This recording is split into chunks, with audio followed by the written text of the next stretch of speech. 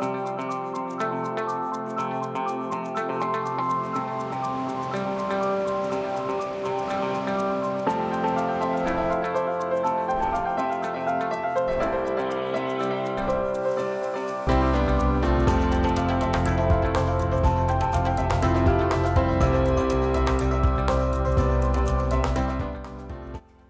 afternoon. Thank you for joining us across the fence. I'm Fran Stoddard.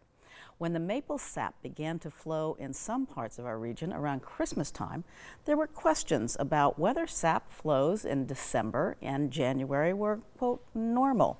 Today, we'll touch on the answers to that and learn more about the equipment and the inspections that ensure Vermont's signature food product remains pure and safe.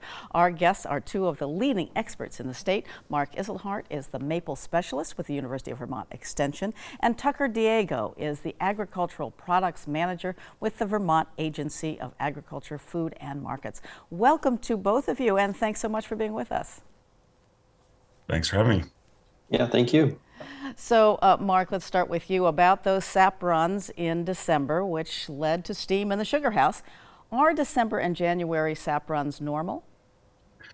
Well, I would say that it's not unprecedented to have warm weather that could stimulate sap flow in December and January.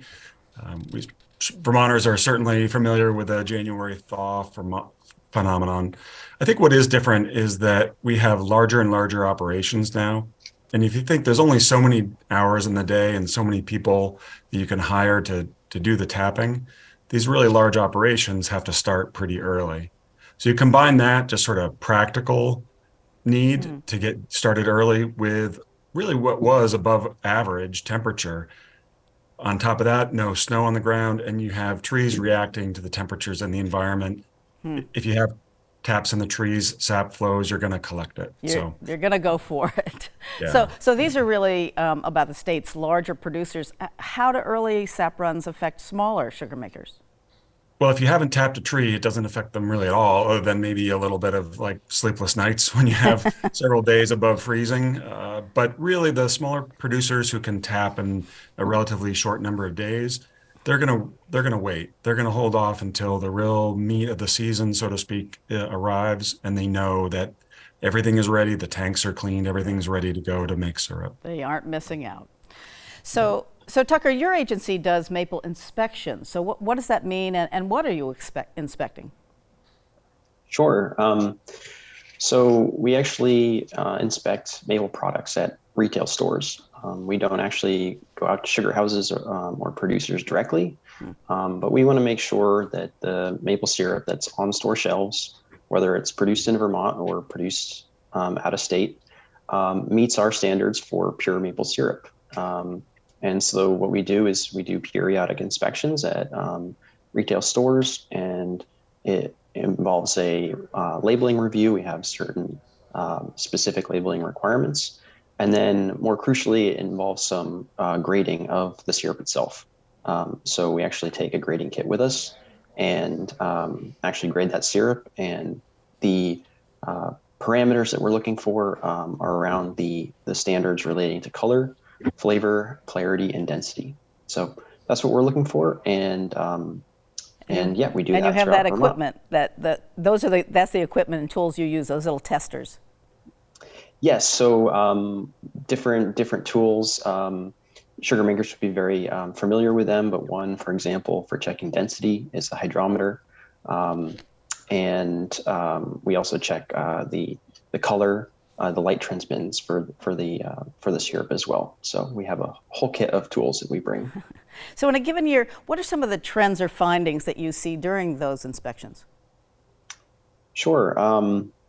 We've been tracking some of these, and we actually post them on our agency website. So those are curious to dive into that. They could find it there. But I guess the largest issues that we're finding, the biggest one is usually color. And that's basically syrup that's too dark for the grade that it's been listed at. That's not it's common. It's not the most serious issue, but it is an issue. It should meet the color requirements. More uncommon issues might be some mold in the syrup, which is fairly uncommon, but not what we want to see. So those are two examples. Okay, great. And Mark, we've learned over the years that your role is really maple education, and you work directly with producers. What are the common questions that arise in the sugar bush or in the sugar house? Yeah, I mean, everything from tree health, periodic outbreaks of defoliating insects, concerns about tree health, helping them understand the history and the cycles of those, proper management, trying to keep doing active management to keep sugar bushes healthy, all the way to what Tucker is talking about. Why we know through research that syrup darkens at a very regular rate in plastic retail containers. Um, how can producers account for that in their packaging and make sure that they don't have an issue when syrup is potentially checked by the agency?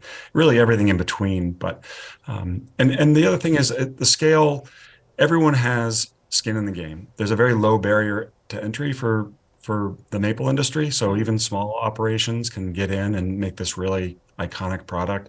Everyone has to meet the same standards. And that same goes for the very large operations. They're have just as much part to play in keeping the name Vermont maple as strong as it is. So do you work with the same tools or different ones than Tucker?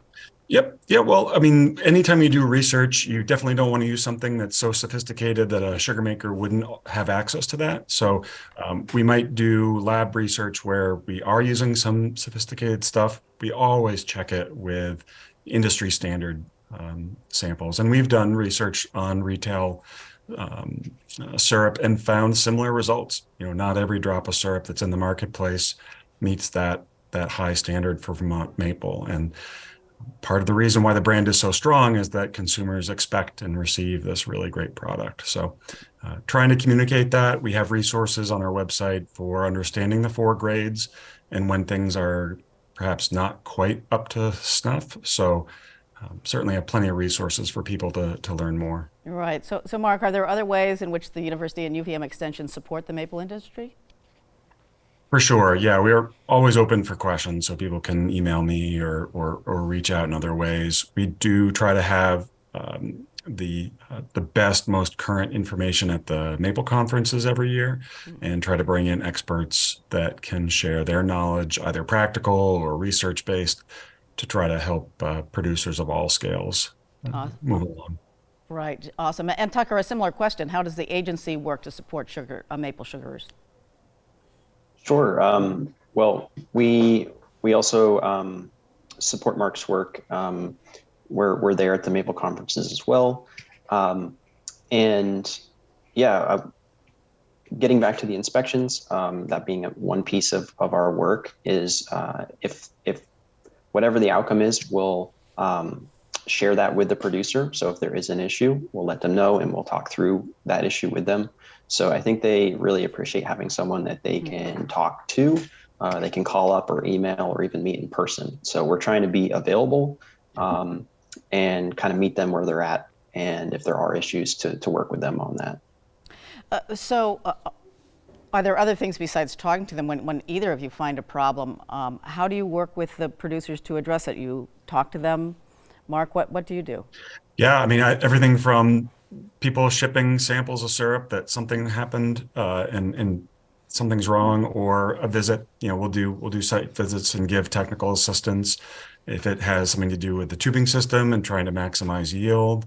If it helps with something in their processing that doesn't seem to be working quite properly, we can try to diagnose it there. It's really everything. There is a large body of information, and so if we have frequent questions, we'll send them to relevant information if that would answer it right away, and we can delve deeper if we need to. But we also welcome people, with tours. If it's something specific that they're interested in, we can set tours up at the Maple Research Center, and that's certainly harder to do during the production season when everyone's running around. But please, if people are interested, reach out. We can work something out. Awesome. And I want to both of you get to weigh on this from your respective viewpoints in the maple industry. Are there any new challenges or opportunities that you're seeing ahead? Tucker? Sure. I might not see as much as Mark does, but one thing I do see is a lot of new products that want to use maple as an ingredient or new ways to package maple or label it. I always see new innovation there, and I think that's an opportunity and potentially a challenge as well. Um, One of the things that we help a lot of producers with is meeting the labeling requirements. So when there is a new product, we always encourage them to get in touch with us, and we'll give them feedback on how to make that meet the requirements in Vermont. Great. So bigger markets. And Mark, what are you seeing in terms of challenges or opportunities? I mean, there's no doubt that issues with changing weather patterns and climate are a real concern.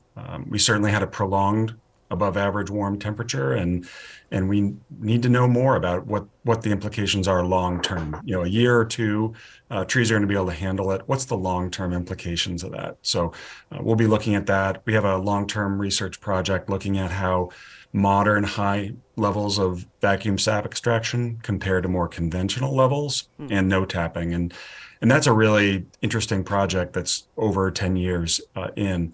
We just know that trees live much longer than 10 years. So more data coming on that. I think that, as Tucker said, maple has really had a moment. You know, over the pandemic, we saw a huge increase in demand, not just for liquid syrup, but also as an ingredient.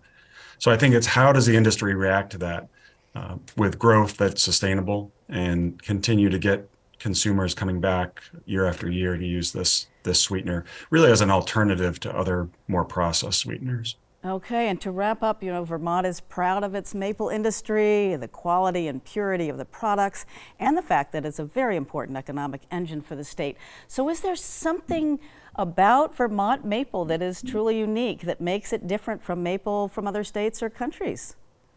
Tucker, your answer quickly first. Sure. One thing that is a bit different in terms of the requirements in Vermont is the density requirement. It's actually slightly higher than the USDA standard density. It's about a half a degree Brix higher. I believe some other states also have a high density equivalent to us, but that is something that makes Vermont maple stand out compared to the national standard. It is, so its standards are a little bit higher, and unfortunately we are out of time, but go Vermont. Mark and Tucker, thank you so much for shepherding this very important industry in our state in many, many ways. Thank you for being with us today. Thanks. Thank you. And thank you for joining us across the fence. I'm Fran Stoddard. Stay well.